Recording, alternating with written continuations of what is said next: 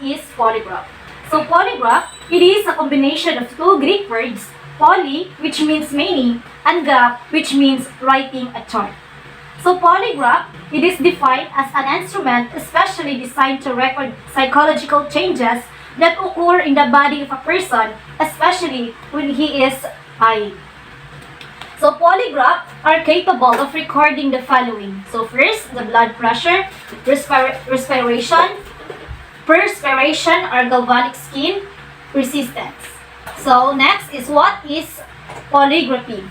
So polygraphy, the method of detecting deception with the aid of the polygraph instrument. So it is administered by asking questions to the subject to the case under investigation. So polygraphy, it is the practice of using lie detector tests to measure psychological responses like heart rate and skin conductivity, aiming to determine if someone is telling the truth or lying. So despite its use, its reliability is questioned and it's not universally accepted as proof of honesty. So next is the personality in the development of deception, detection, and polygraph. So the first person is Leonard Keeler. So he developed the mental recording below in 1926. He also incorporated the kymograph and the ruled chart paper, and he used the development together with the cardio and pneumo components, developing the first polygraph instrument known today. So the second person is George Sticker, 1897. So he was the one of the first to suggest the use of the galvanic skin response or the ABA as an indicator of deception. And the third person is si Otto Verabooth. He was the first to make word association tests using the galvanometer.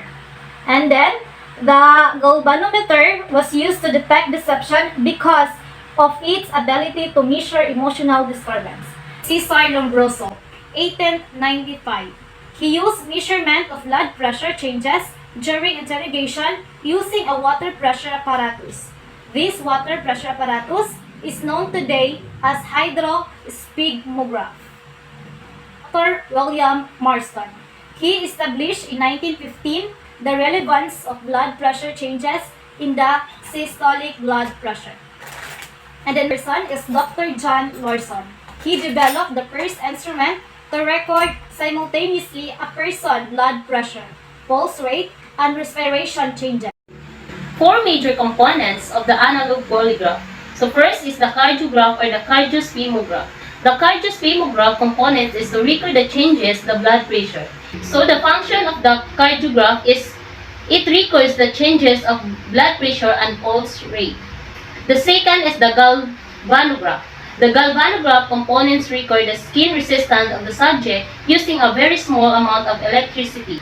So the function of galvanograph is record the skin resistance of the subject and a very perceptible amount of electricity. Third is the pneumograph. The pneumograph component records the changes in breathing of the subject. So the function of pneumograph is to record the changes of breathing and respiration of subject. The fourth one is the kymograph. The function of kymograph, it records the blood pressure or pulse. Respiration and galvanic skin resistance are recorded simultaneously and continuously on the surface of moving graph paper given by kymograph. The next is the chart or the polygraphs. Chart or polygrams refers to the composite record of the pneumograph, galvanograph, and the cardiosmograph, tracing recording one series of questions.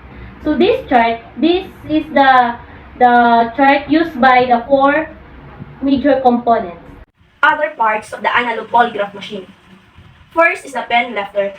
Raises the lower pens to 3 positions. In analog polygraph machine, the pin lifter is a crucial component responsible for raising and lowering the pins that record physiological responses on paper. Next is the program placer. It is a programmable queuing device for question and answer placing. This program placer in an analog polygraph machine is responsible for controlling the timing of events during the polygraph examination. Next is the compartment. So it is a storage for all forms and supplies, slightly smaller in executive ultra scribe. So in analog polygraph machine, The compartment typically refers to the various sections of or components that make up the device. These compartments plays a crucial role in capturing and recording physiological responses, which are then analyzed by the examiner to interpret the subject's truthfulness or deception. Next is the subject connections. Stylish grouping provides neat, professional appearance and facilities sit-up and storage. So subject connection, it play a crucial role in measuring physiological responses during a polygraph examination. The other parts of the analog polygraph machine is the mechanical pneumo module.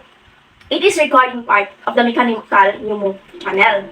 So in analog polygraph machine, the mechanical pneumo module is a crucial component responsible for recording respiratory activity. The other is the galvanic skin response module. It is recording part of the galvanic skin response channel or the GSR. So this module is an essential part of the analog polygraph machine, which ensures the physiological responses to detect deception. Mechanical cardio module. It is recording part of the mechanical cardio module. So the mechanical cardio module works in conjunction with other modules, such as the pneumo and galvanic skin response modules, to provide a comprehensive assessment of the subject's physiological responses during questioning. The next is the cuff. It's a pneumatic connection for cardio channel subject cuff tubing. In analog polygraph machine, the cuff serves as crucial component for measuring physiological responses, particularly changes in blood pressure. Next is pump. Pump is a pneumatic connection for hand pump used to inflate the subject cuff. In analog polygraph machines, pump play a crucial role in regulating pressure within the system. These pumps typically maintain consistent pressure levels for pneumatic components like blood pressure cuff and pneumograph. Next is the mechanical cardio switch. So this engages mechanical cardio module from the pneumatic system for low pressure electronic cardio operation. So it is a component of an analog polygraph machine which plays a crucial role in monitoring the subject's heart rate during the interrogation process. Next is the types of polygraphs. First is the analog or conventional polygraph. So these are the first known type of polygraphs used in the field for many years. So the analog or conventional polygraphs are the traditional type of lie detector tests that have been used for decades. They measure psychological responses such as heart rate, blood pressure, respiration, and skin conductivity to assess a person's truthfulness. Next type is the computerized polygraph. So this is the new technology has allowed the development of computerized polygraph tests, rendering the analog development thereby obsolete most, especially in Western countries. So, computerized polygraph, it is also known as the computerized polygraphy or digital polygraph. It represents a technological advancement in the field of lie detection. General uses of polygraph. So first is the criminal investigation. So polygraph serves as a valuable tool in a law enforcement. It helps police figure out who might be lying and who's telling the truth. This saves times by ruling out innocent people quickly and giving clues about who might be involved in a crime. Number 2 is the pre-employment screening. So it is the fastest and most accurate means of verifying the statements of a job applicant from derogatory remarks by a previous employer who bears a personal grudge against him. It is the best way for a company to determine dishonest employees who are responsible for company losses. So pre-employment screening is like a background check for job applicants. So it helps the companies to verify information and spot any potential red flags before hiring someone. It can also include checking references, criminal records, and it's also about making sure the right people are hired for the job. Number 3 is the periodic screening.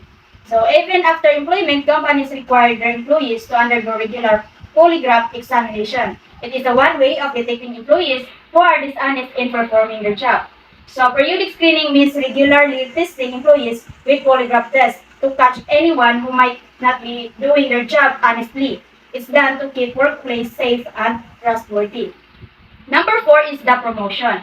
So there are instances wherein the company has difficulty in deciding between 2 or more candidates to be promoted.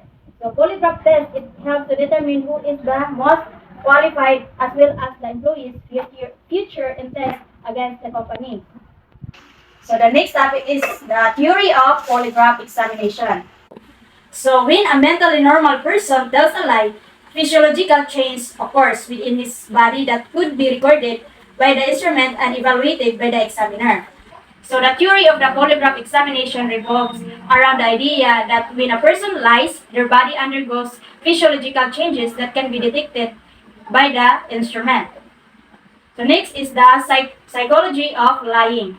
A person's fear, anxieties, and apprehension are channeled toward the situation, which evoke his instinct of self-preservation to struggle out from the consequences of the wrong he had already done. So lying triggers fear and anxiety in people as they try to protect themselves from the consequences. Polygraph tests use questions designed to provoke reactions, helping distinguish between truthful and deceptive responses based on physiological changes like heart rate and sweat. It's a way to uncover lies by studying how the body reacts under pressure. Next is a person fears, anxieties, and apprehension are channeled toward the situation which hold a greatest threat to self-preservation or general well-being.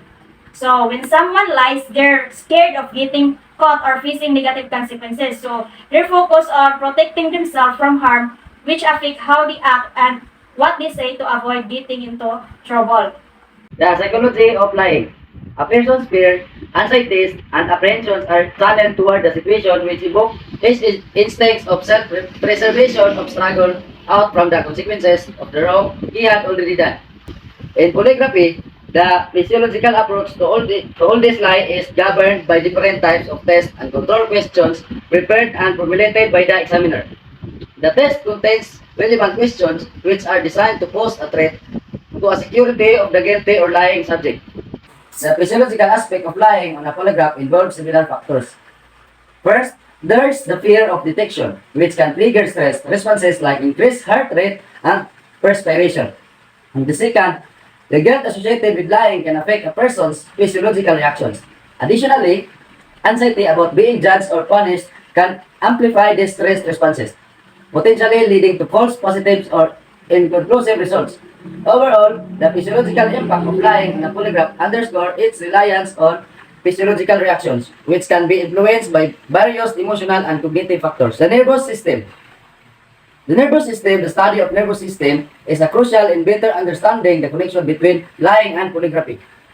A polygraph examiner should be acquainted with how the nervous system reacts when a person decides to tell a lie or when a person, even though telling the truth, may respond when under a polygraph examination. The nervous system contains center for sensation, emotion, thinking, and many other functions. In short, it deals with communication and regulates bodily activity. Polygraph, commonly known as lie detectors, rely on the physiological responses on the nervous system to detect deception. The nervous system controls involuntary responses like heart rate, blood pressure, and sweating, which can all be indicators of stress or anxiety when someone is being deceptive. When a person lies, the sympathetic nervous system often becomes activated, leading to increased heart rate, higher blood pressure, and sweating due to heightened stress level.